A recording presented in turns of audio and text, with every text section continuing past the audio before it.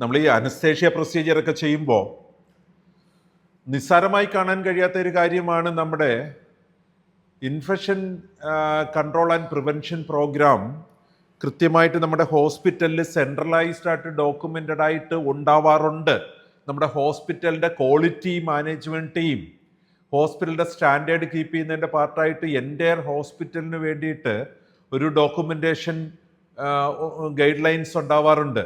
അങ്ങനെ ഉണ്ടായിരിക്കുകയോ നമ്മളുടെ ഈ ഒരു അനസ്തേഷ്യ ഡിപ്പാർട്ട്മെൻറ്റ് ചെയ്യുന്ന പ്രൊസീജിയറുകൾക്ക് തനിച്ച് നമുക്കൊരു ഗൈഡ് ലൈൻസ് ഡോക്യുമെൻ്റ് ചെയ്യപ്പെടുകയോ വേണം. ക്വാളിറ്റി ഓഫ് പ്രിവെൻറ്റിങ് ഇൻഫെക്ഷൻസിൽ നമ്മുടെ ഇൻഫെക്ഷൻസ് പ്രിവെൻറ്റ് ചെയ്യാനും കൺട്രോൾ ചെയ്യാനുമുള്ള മാനദണ്ഡങ്ങളെ ഡോക്യുമെൻ്റ് ചെയ്യപ്പെട്ട് നമുക്ക് നമ്മുടെ അനസ്തേഷ്യ പ്രൊസീജിയർ സമയത്തുണ്ടാവണം.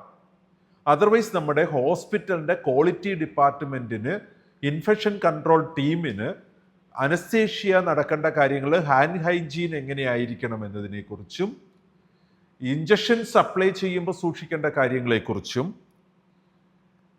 കൃത്യമായും മറ്റ് അതർ ഇൻഫെക്ഷൻ പോസിബിലിറ്റീസ് ഈ ഒരു പ്രൊസീജിയർ അനസ്തേഷ്യ പ്രൊസീജിയർ നടക്കുന്നതിൻ്റെ ഇടയിൽ, കാരണം നമ്മൾ സെയിം എക്വിപ്മെൻ്റ് ആണ് പലപ്പോഴും മൾട്ടിപ്പിൾ പേഷ്യൻസിന് ഉപയോഗിക്കുന്നത്.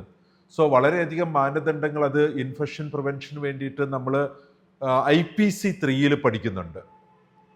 ഓൾമോസ്റ്റ് അതിലെ എല്ലാ ഒബ്ജക്റ്റീവ് എലമെൻറ്റുകളും വളരെ സീരിയസ് ആണ്.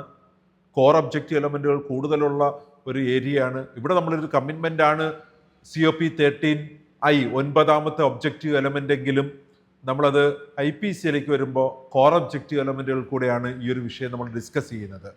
സോ ഇവിടെ നമ്മൾ പറയുന്നത് നമുക്ക് നമ്മുടെ ഹോസ്പിറ്റലിൽ അനസ്തേഷ്യയായിട്ട് ബന്ധപ്പെട്ട് ചെയ്യുന്ന all procedures shall comply with infection prevention and control guidelines to prevent cross infection between patients.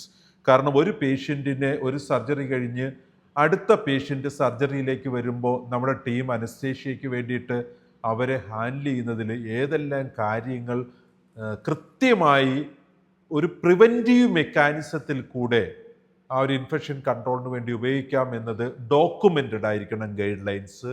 ആ ഗൈഡ് ലൈൻസ് നമുക്ക് സെൻട്രലി ആകാം, നമ്മുടെ ഡിപ്പാർട്ട്മെൻറ്റിന് വേണ്ടിയിട്ടാകാം. COP 13I commitment objective element ആണ്.